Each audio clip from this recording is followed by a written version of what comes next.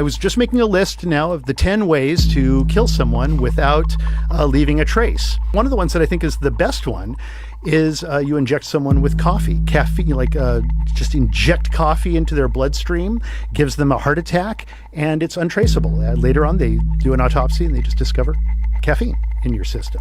That's it? That's it. Is this just right into the blood? Coffee can kill you? Sometimes the simple ways are the best. Just right into the jugular with a syringe. Yes. Jesus. After extracting whatever information you need to get out of them. But how much coffee will kill you like that? A syringe worth? I don't know. Is it the Turkish kind or is it Folgers? My writing guru, as far as film writing, but I think writing in general, was the New Yorker film critic Pauline Kael. And she had one rule for film criticism, and I think this could apply to all writing. You have to give the reader a compelling reason to read your writing. It's that fucking simple. It's that there has to be a compelling reason for you to engage in reading analysis. And the same thing about talking about cinema. You have to give a compelling reason. How I got introduced to you, I'd heard about Reservoir Dogs, but the first film I saw was Pulp Fiction. Mm-hmm. And I saw Pulp Fiction with this girl that I was dating when I first moved to Los Angeles. And I remember being in Mann's Chinese Theater watching this. Yeah. And for me, it was like this crazy change in my life. That was in the first few weeks of it opening, because that's where it opened. Yeah. Crazy change in my life, moving to Los Angeles and then seeing this film. And then I remember very clearly, at the end of the film, even in the middle of the film, going, this is the craziest fucking movie I've ever seen in my life. And it symbolized to me the world was changing, everything was changing. It was so wild and so crazy.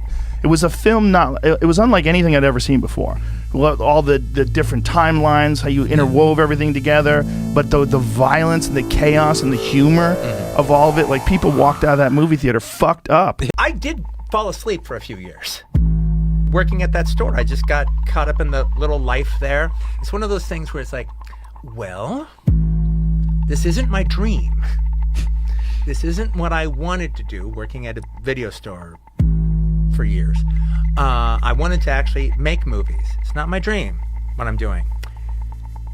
But it's dream adjacent. It's close to my dream. It's close to my dream. I get to watch movies all fucking day. I get to talk about movies all fucking day. I don't have to work at a pizza parlor. I'm not delivering pizzas. I'm not busting ass as a bartender. I'm not busting ass doing menial jobs. I mean, this is the kind of job I do if I'd go to this store if I wasn't paid to go to the store. But for a couple of years, it did put me to sleep. I was happy, and just one of these days, This has been really great. Thank you for letting us come. 3.5 hours just flew by. Thank you. Oh my God! I actually thought, I guess he's wrapping it up quick. No, I think it's 3 hours. I thought it was 90 3 minutes. 3 hours and 15 minutes. I thought it was at least. 90 minutes. But then there's films that are so bad they're great, like Showgirls. I love Showgirls. Showgirls is fucking great. Oh, Showgirls, there's nothing wrong with Showgirls. I can absolutely defend it. I can defend it as an entertainment piece. No, I am not a so bad it's good guy. Okay, I'm not a so bad it's good guy. You are a so bad it's good guy. I'm not a so bad it's good guy. The sex scene in the pool? That's a little ridiculous, but yes, the sex scene in the pool is a little ridiculous, but actually the fact that it's going for a Hollywood movie that's it's going there was actually interesting to me. But what I really liked her in it. But when she beats the shit out of that guy, that's so fucking cool. When she beats the shit out of the guy at the end, does these spinning roundhouse kicks and beats the fucking shit out of the guy, I was like, yeah, Elizabeth Berkley, go. There's certain people that I meet that I meet them and I can't believe I'm in the room with Quentin Tarantino. That is bizarre. There's a few of those people that you meet them. Trump's one of those people. Yeah. You mean he's right there. A presence that's undeniable. That guy, unlike anybody else, can be himself. Yes. That guy can be himself no matter what. He can be himself at press conferences. He can be himself on a podcast. That's a huge strength that he can be himself. You either like who he is or you dislike who he is, but you have to respect that guy can be himself. Are you still committed to this idea that you're going to do 10 films? Yeah. Why is that? For me, as a fan, the idea that you're only going to do one more movie, that sucks. Well, I appreciate it. Thank you. Part of it is for you to say that, and part of it is to leave you wanting more. There is one, and also I've been doing it for a long time. 30 years is a long fucking time. Yes. Okay, here's the thing. If I were to just stop at Once Upon a Time in Hollywood, I could pretend Kill Bill Right. was 2. Oh, no, Kill Bill's 1. I consider Kill Bill 1. Okay, that's right. I would consider Kill Bill 2 if I wanted to just stop at End Once it Upon right a there. Time. Yeah. Right. And it kind of seems like the perfect movie to stop on. All right, so I'm it's mine to fuck up now from here on in. If you're a film fan today, you're not just dealing with today's films. You're dealing with this insane archive back catalog. that goes back to Rocky. Yeah. You know, goes back to, on the waterfront. Goes back to the 20s. Good Lord. Yeah. There's so many films to watch. The whole thing Okay, is... but just watching Elizabeth Berkley's tits, all right, in a big studio movie like this, flopping up and down, Well- like I'm getting my money's worth. Well, that was huge because it was from Saved by the Bell. Yeah, but okay, I'm not. Actually, I'm not thinking about it from his point of view. I'm thinking about it from the water hitting her face. I'm thinking from her point of view. That's the unrealistic part. That true. True. I have to be right about it. You might be wrong about the Joker. I'm not sure. See, It's audacious. You're It's being a dick audacious. because you haven't even seen it. If you're just jumping on a fucking bandwagon. I'm just talking shit. Talking I just shit. try to wind you up. Talking shit. I'm just trying to wind you up. Sorry. What's like an example of a film that you love that other people hate, other than The Joker? I don't know if I loved it, but okay, I liked it a lot. The 80s and the 50s were the worst time for movies ever because it was just this kind of politically correct time. Now, in the 50s, it was different because that was society. In the 80s, it was self-censorship. The rise of political correctness after the 70s, where everything was just go as far as you can, then all of a sudden, everything got watered down. In the 70s, you had movies where characters weren't necessarily the hero. They were fucked up, but they were interesting characters, and you sit down and you followed them, whether it be Travis Bickle or Charlie Rain in Rolling Thunder or Joe, Peter Boyle's character in Joe. They weren't the heroes, but you could even have heroes and they could die meaninglessly at the end. That was actually considered a commercial ending back in the 70s because it just shows how you can't win. Everything's fucked. You just can't win in America. It's just the way it is. You go and you fight in Vietnam, you survive Vietnam, and you get shot in a liquor store. When I did commercials, I did it with a 70s DJ announcer voice, all right? Because I felt like such a sellout that I'm not going to do it in my voice. The Datsun 750 is coming, and it's coming soon. And I did it like the real Don Steele. That was my whole thing. Some people even get, in the first week, they get qualified candidates only on ZipRecruiter.com. The one charge that the government can put against you where they don't need direct evidence is conspiracy. Ooh. If they arrest you for conspiracy, that means they don't have direct evidence. But that's how they got Manson. Right. Well, they knew what Manson had done because they were helping him. Yeah. Well, I believe that too because Did you read Chaos? That book's one of the best. Believe me, I read every ever. Manson book that there possibly could read, and then I read that one. I throw the rest of them away in the fucking trash. Chaos is insane. Chaos is just fantastic. And he helped me too. When I was writing Once Upon a Time in Hollywood book, I go deeper into the Manson stuff. And so I had a couple of little questions in my head that I always kind of wanted to know the answer to. So I got Tom's number and I called him up and I was able to ask him some really super direct questions that could really help my book. It's a crazy fucking story. There's a lot of movie shows out there on podcasts and they talk about stuff. And the idea isn't for me to just say, oh, we're better than all those guys. We're not coming from that place. But I'll tell you what bugs me about a lot of the other shows is the fact that the people are sincere. They're completely sincere, but their film knowledge is fucking abysmal. They really don't know what the fuck they're talking about. And especially when they're trying to talk about movies from the 70s or something. Well, they were usually born in the 80s. So they don't know what something was like when it opened up, and they don't really have any context. Right. They definitely don't have context. That's what they don't have. They don't have context. They just know whatever they've learned along the way, and so they just yank stuff out of their ass and just and say stuff that's just wrong a lot. They just misinformation a lot. What's an example of a film that you love that other people hate? You like I defended Ishtar. I defended 1941. He was like one of the champions of Ishtar. I championed Ishtar. I championed 1941. Pushing that tape on so many customers. Yeah. How many of them came back angry? No, Ishtar's a funny movie. The problem with Ishtar is that it suddenly became not about the movie, but about the production. Yeah. And so people had formed an opinion about whether they liked it so or not. expensive. Because it was expensive. Yeah. It's like, it doesn't change your ticket death. price. No. Where have you had this this flair for references? That just comes from being Gen X, man. I mean, the generation before us that like lived through the 60s, they had the 60s. They had the accoutrement of the 60s. They had all that 60s music. And they looked down on the generation that grew up in the 60s, in the 70s. So, like, you didn't have any of that shit. You didn't have the music that we had. Well, maybe we didn't have the music you had. We had our music. But what we did have is we had television. We had the Saturday morning cartoons that we dug. We had Schoolhouse Rock. We had all the TV shows we liked. We had Speed Racer. We had all these kind of things. And they meant something to us. And so, we had the ABC movies of the week. I mean, we had all that stuff. And we had fucking great movies. If you were going out and seeing the movies of New Hollywood, we had all that. When we got older, it was about talking about that stuff. That was what was worth talking about. And then to actually have characters in a movie talk about that was making them sound realistic. I mean, the only one I can imagine where it would be another epic, where I need to outdo everything, is if I did a Kill Bill 3. Have you thought of that? I thought of it, yeah. With Kill Bill 3, you already have these two epic films.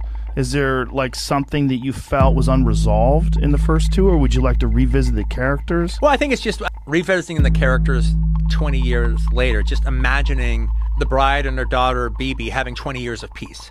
Then that peace is shattered. The bride and her daughter, bride and Bibi, are on the run. And, just the idea of being able to cast Uma and then cast her daughter Maya in the thing would be fucking exciting. Yeah.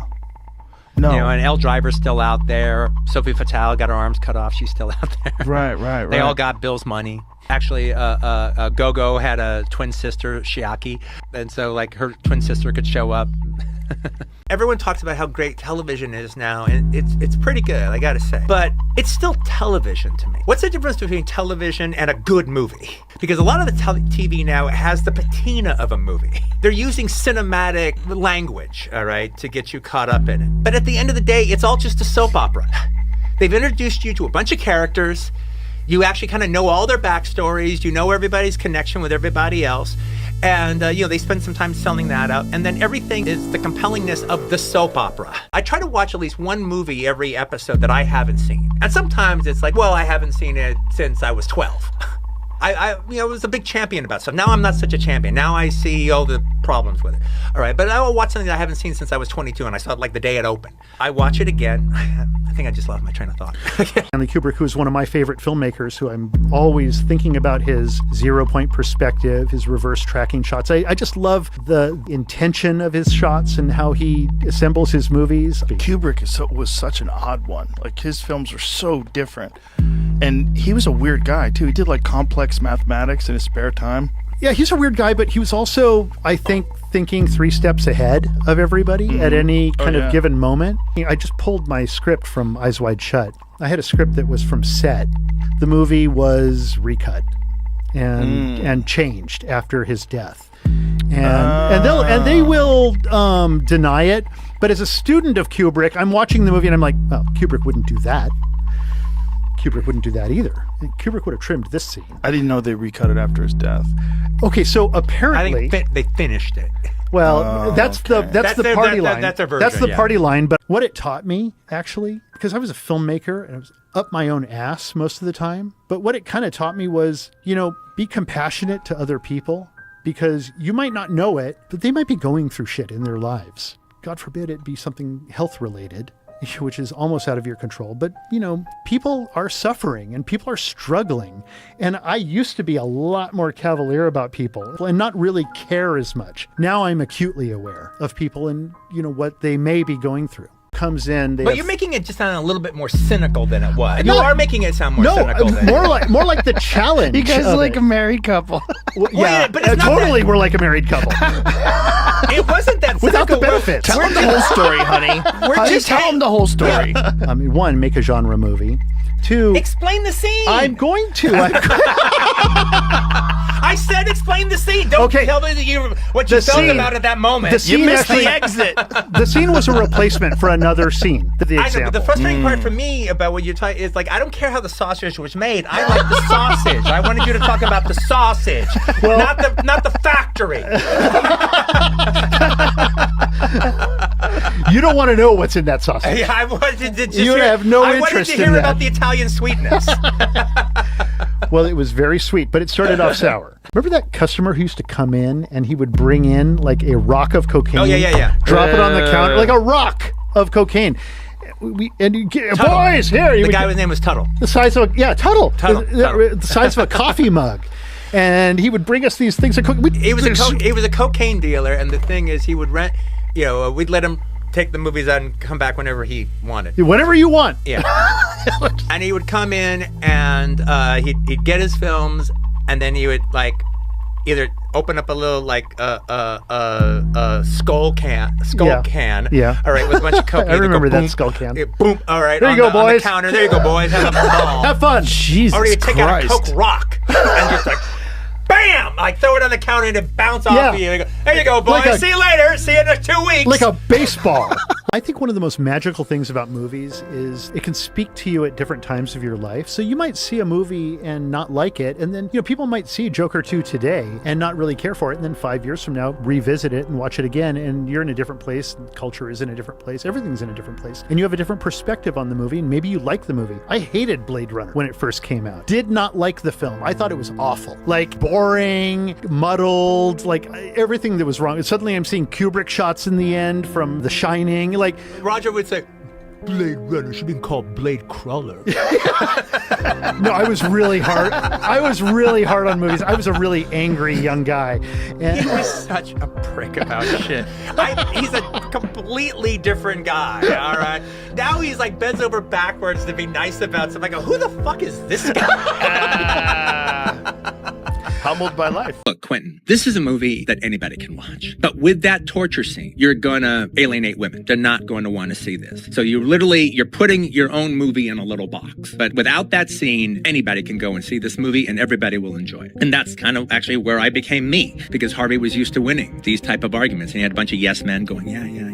But because I had actually been on the film festival circuit for an entire year, one, I saw that he was right, because people were always walking out during that scene. Sometimes it would be 5, sometimes it would be 35. All right, they were always walking out. Because also it's a film festival, you don't exactly know what you're seeing. You read it in the catalog, it sounds interesting. It's not like, it's not like you're being set up the way you are when a movie opens theatrically. But I did know that, that was the moment of truth. A film that I saw that was like very meaningful to me this year is I really liked the story of Beau Geste, the French Foreign Legion story. I like French Foreign Legion movies anyway, but that's a really cool story, and I really like the whole story of the three brothers in there. I was familiar with the Gary Cooper version, the 1939 version, put it on a stamp, but I'd never seen the silent version, and it starred Ronald Colman, and I watched the silent version recently, and I was blown away by it. The storytelling was so epic and was so visually just beautiful. remember that customer who used to come in and he would bring in like a rock of cocaine? Oh, yeah. Drop it on the counter, like a rock